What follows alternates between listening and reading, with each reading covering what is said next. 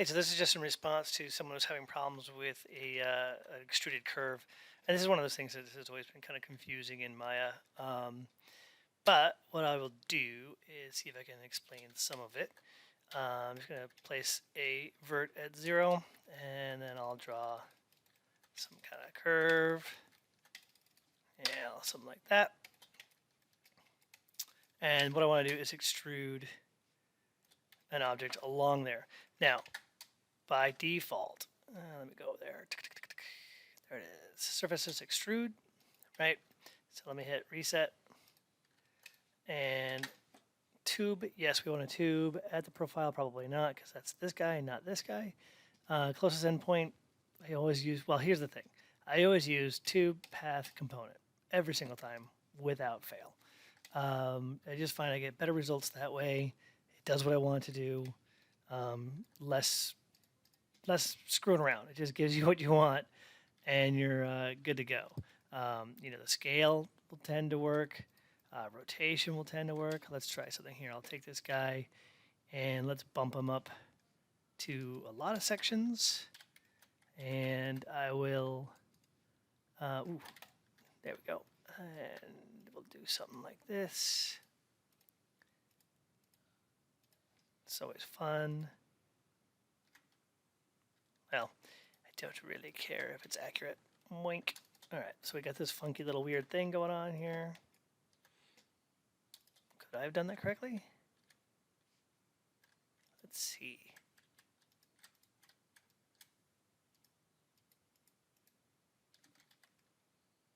Nope. Yep. Cool. All right. Sometimes you get lucky. All right, so then if I go back to this, hit my extrude here. If you hit T, it'll give you, the, whatever you call it, this little widget here, transform widget.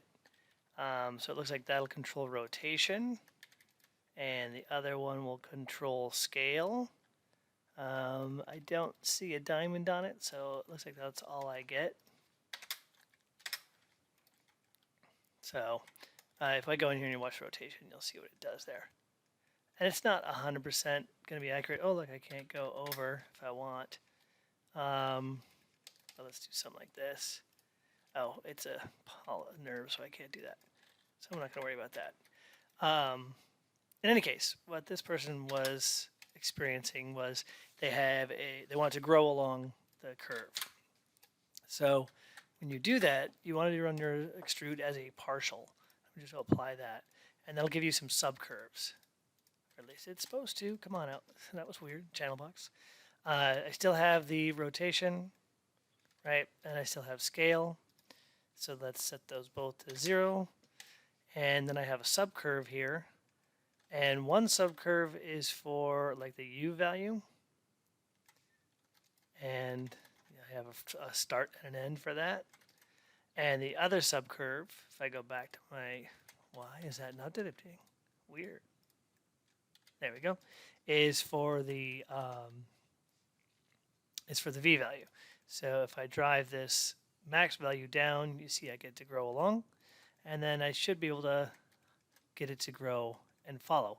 And this is where things get really weird. A lot of times people are like, wait, this thing is totally jacked up. It's not correct at all. It doesn't work. So let's take a look at ways we can fix this. So the first thing I'm going to do is I am going to, well, these are snapped identically, but what I'm going to do is I want to have this line up directly with my path curve. So if I take that guy and now do my extrude, I'm not going to mess around too much here. Don't know why my channel box is doing that. You see the difference that I get, right? Now that it's angled along there, it follows correctly. So now I can do like a little bit of a growth thing. So let's give it just a tiny bit of growth so we don't get an error, because it gets mad. It's like, you know what, there aren't enough. You'll see that error. It's basically just saying that there's not enough info for the path curve to build the item. We don't really care. So I'll go in here and just key these guys and go to the end. And again, if I hold control, it slows it down. Key it again. And we get something like that. Maybe in the middle here, I'll bring the mid value back a little bit. Key that.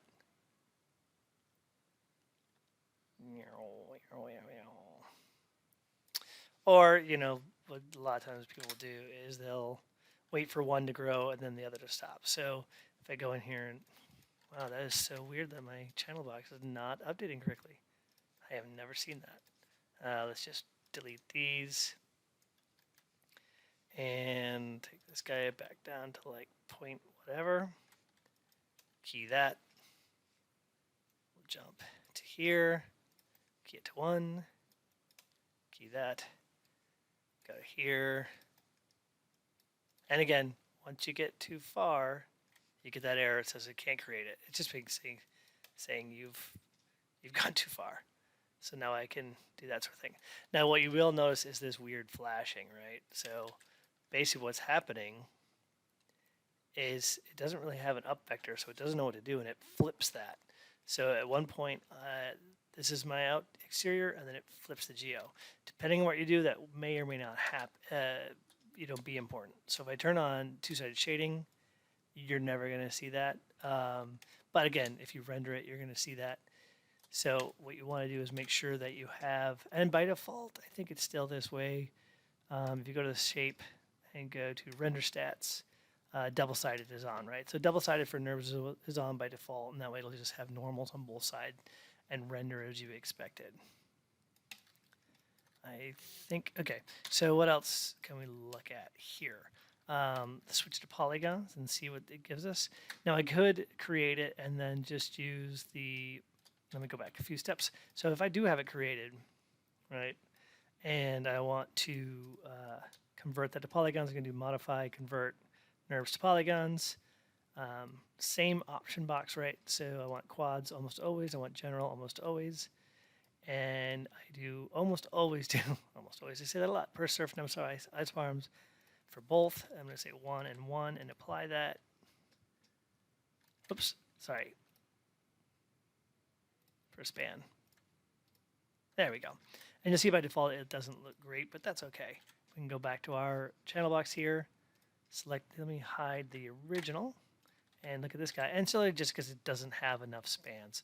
So if I up my V number, and that's kind of nice. You actually see how many, I almost get a smoother version in the end of this thing, right? I'm still going to get that flipping though.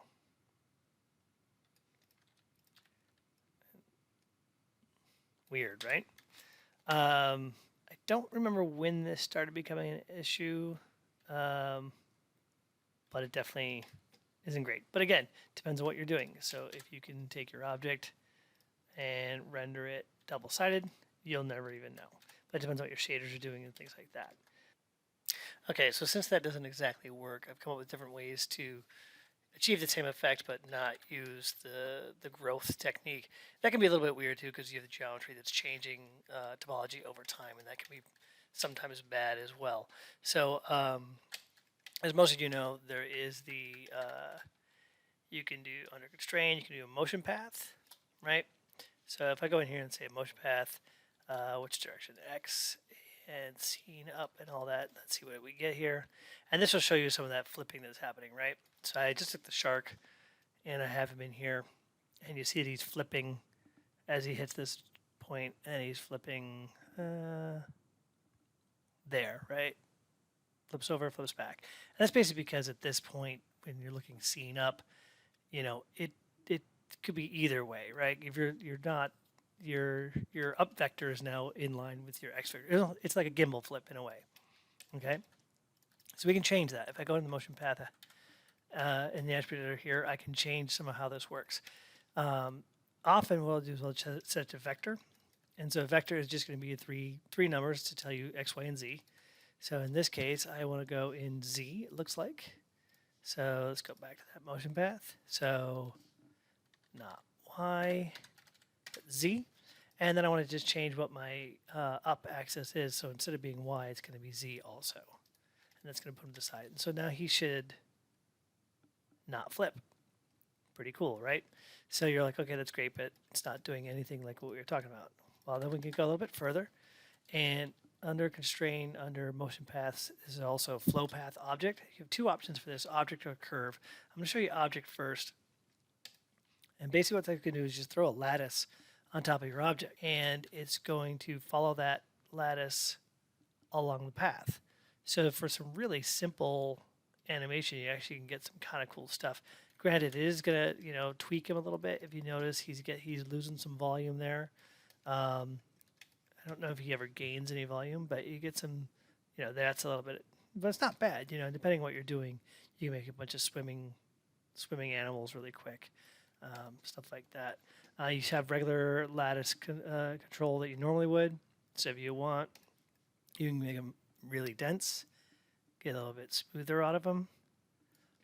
You can also, up your local influence. So it'll get a lot softer if you're getting some weirdness. Things like that. I think 3 is the normal. Cool. Let me delete that. And then I'll show you the curve version. Now at first it always looks bad because it's using just a 2x2x2 lattice that it tries to figure out what you want. In this case, that doesn't look anything like our curve. But if we just go to the S divisions, we can crank that up. And now he's going to swim right along that surface.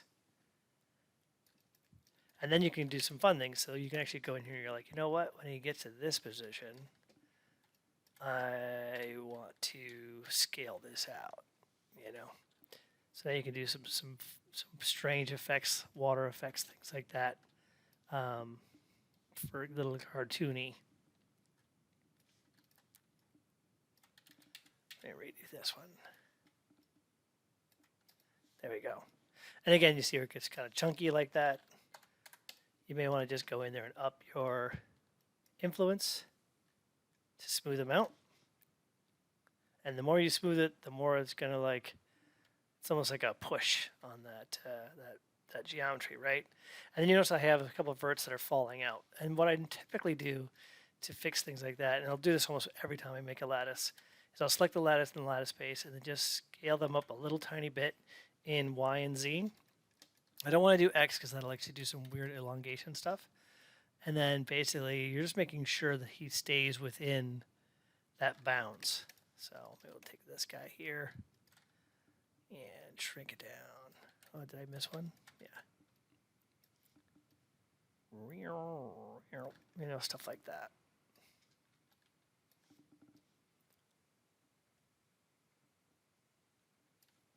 Cool.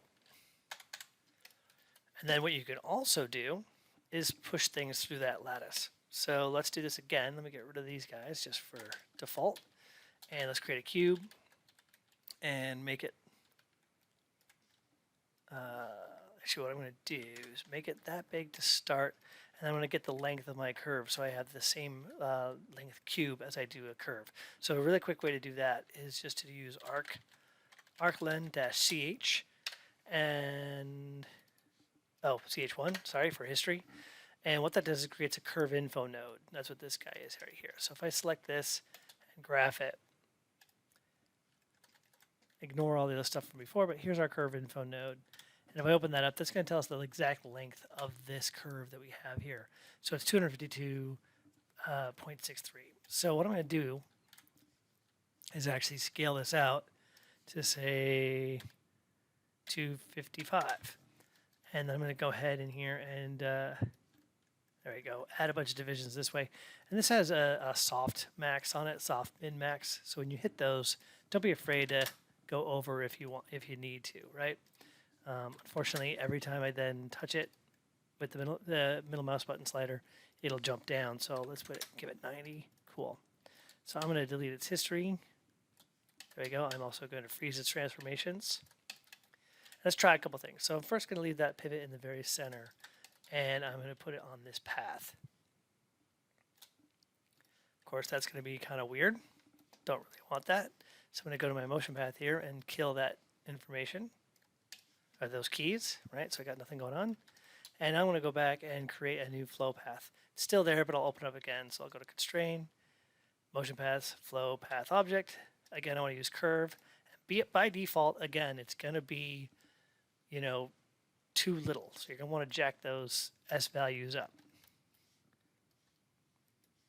And it looks like we got some creases, some clamping in there. So let's try that same thing as we did before. Well, I'll change it to vector up and make that vector Z. Sorry, took me a second there. Cool. So now we actually have it. See, I've lost those pinches that I had. And what's kind of cool now is I actually can now take this guy and slide it through, and I get some pretty cool. I get the very cool effect, right? So one of the things you'll notice is when I get to the end there, it's going to go wah and fly off the handle. You can change how that effect works. One way to do that is actually go to your lattice, and outside this lattice say all. And so what that's going to do is just going to keep it going in whatever. It's almost like having like your animation curve set to infinity. So just keep going out and out and out and out. You can also give it instead a fall off. So I give it a fall off that's 1 by default in world space.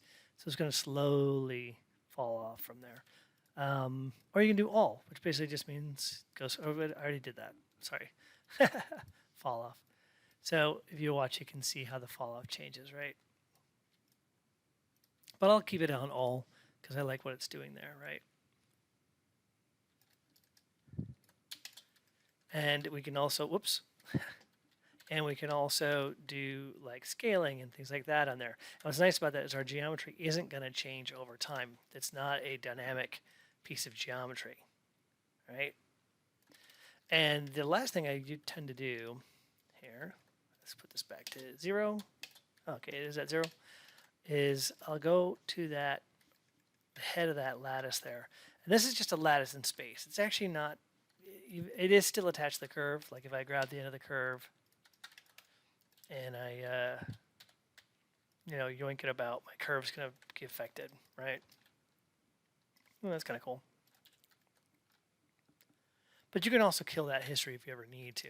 But you can affect your lattice. So what I'm going to do now is select that lattice, grab these lattice points, and actually scrunch them. I'm going to go side view into the... Oops, not free rotate. I want to keep that, but I want to get object center. There we go.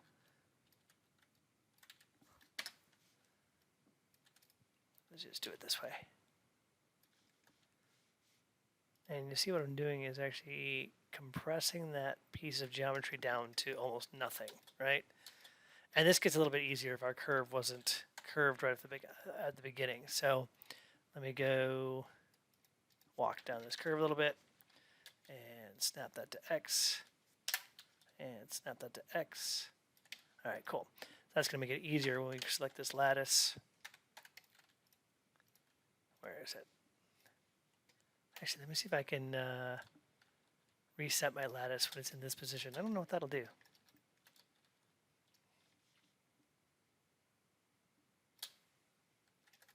Yeah, it looks like it went back to normal. Cool. So if I go to this view here, so I can take these and just scale them down to basically 0 there. And I can even drag it back there. Wow. When it twists, it goes for crazy twists. Okay, cool. And if I wanted to do the same thing at the end, I can do the same thing at the end. Of course, I've really... where is it? Come here. There we go. I'll take these guys. And let's angle this a little bit better. There we go. Also down to 0. And just to be sure, I'm going to snap these guys using V, right? Something like that. All right. So go back to my cube here. Go back to move by object. And you see now I get something kind of like that.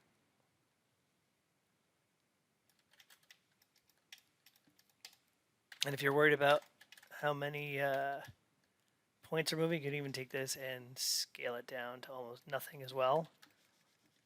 Let me find my last one. Do the same thing here. and get my cube. There we go. So let's key that, translate there. To there. Oops.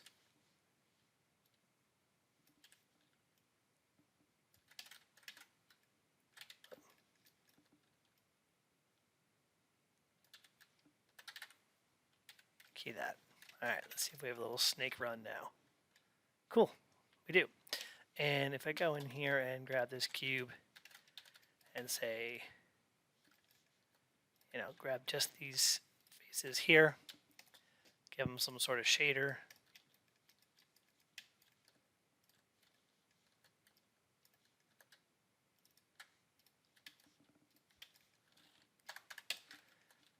You can see that they're not, oh, those I didn't select because they were scrunched up. That's kind of funny.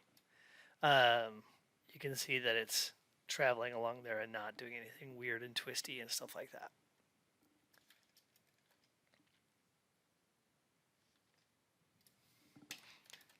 So that's a second way to do it.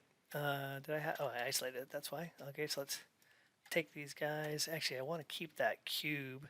So if I want to go back to that original cube shape, it's kind of nice that I can just go to my lattice, turn it off, and then zero it out. And it's getting, if you notice it's turned green up here and it has pair blends on it. That's just because when I keyed it, there was also still the original motion path controlling it. I think, actually, let me see what happens if I delete that. Turn the yeah, you want to keep that around. So sometimes I'll group those things together so that it doesn't happen. And I'll just show one other method. What I'm going to do is, you know, turn the lattice off. You don't want to lose this. I have pair blends there because it was part of the connection to the motion path. You don't want to get rid of your motion path or it won't work. So if I go in here and delete this and then turn my lattice back on, you see I get something really weird. It doesn't really understand. So you want to keep that connection going. But in this case, what I'm going to do is I'm just doing it to create a new piece of geometry. There we go. I'll delete that, set it aside, take this one. I'll put it back to whatever we were doing with it. I don't remember at this point. There we go, lattice. There we go. Cool. I'll hide that stuff. I'm going to keep this curve. And what I'm going to do this time is I'm actually going to take this guy and slide him back to the very beginning. I'll freeze that. And now what I'm going to do is add joints. So I'll take a joint and I'll put my first joint right there. And I'll put my last joint right there.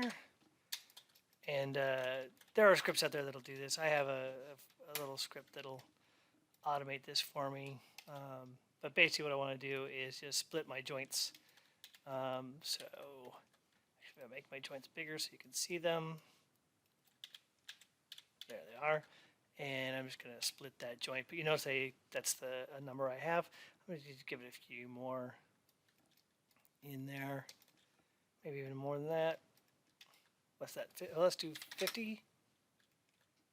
Oh, is my number locked?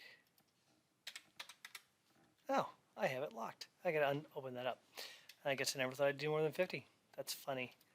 Well, let's try 25 and see what that gives us. And what I will do is create a spline IK. So if I go to skeleton, create spline IK handle, and what I don't want to do is create the curve. So where it says auto create curve, I'm going to turn that off, and I'm going to leave the other two. So the way to do it, select the joint, and then click on the curve. And you see that it automatically jumps right on there like that. And then by default, IK handles the spline IK handles have a bunch of stuff they can do. One is offset.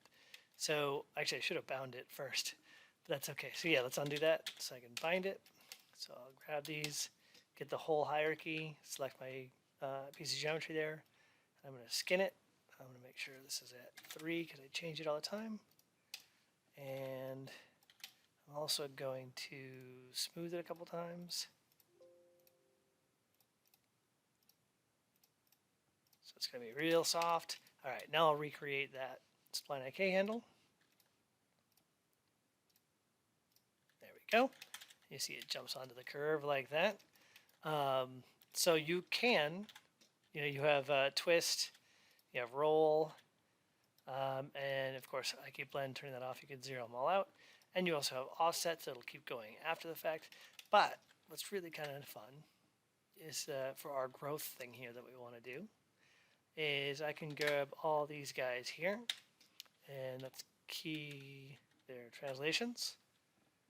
Actually, I'll go to here and just so I can show this happen. So now if I went too far, there we go. Wow, they're really getting angry with me. Oh, it's not moving the right way. My parent, there we go. No.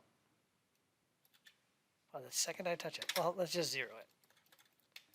So you see it's bringing it all the way down to 0. If I make it like 0.01, you can see them come forward just a little bit. So I'll key that. And, oh, that's our other cube. The visibility got keyed. There we go. All right, so now I can grab these guys again. And let's go to, say, frame 50. And I think it was at 9, right? There, cool. So we'll key that. So actually we can have our cube grow. And this is a little bit different in that it's actually going to expand. If you watch the topology, you see the topology changing over time versus the one with the lattice, which is actually sliding through, and versus the other one, which is creating the geometry on the fly and dynamically. So let's see if I can get this to the end. So I forget what I should have paid attention to what the values were. Oops, that is so weird. It's not going. Let's do 9.25. Sure. And actually, let's put that here. There we go. And cut that. Oh, whatever. I can type it again.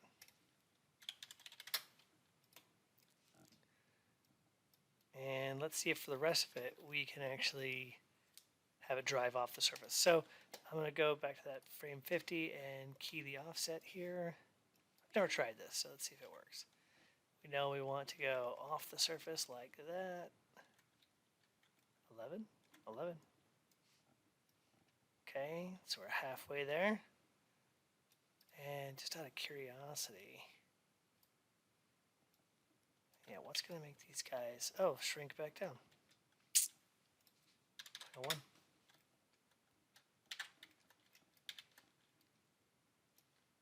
So it's not as accurate. I would do it a different way, but or I'd be, I'd get the real numbers and then just make a rig out of it.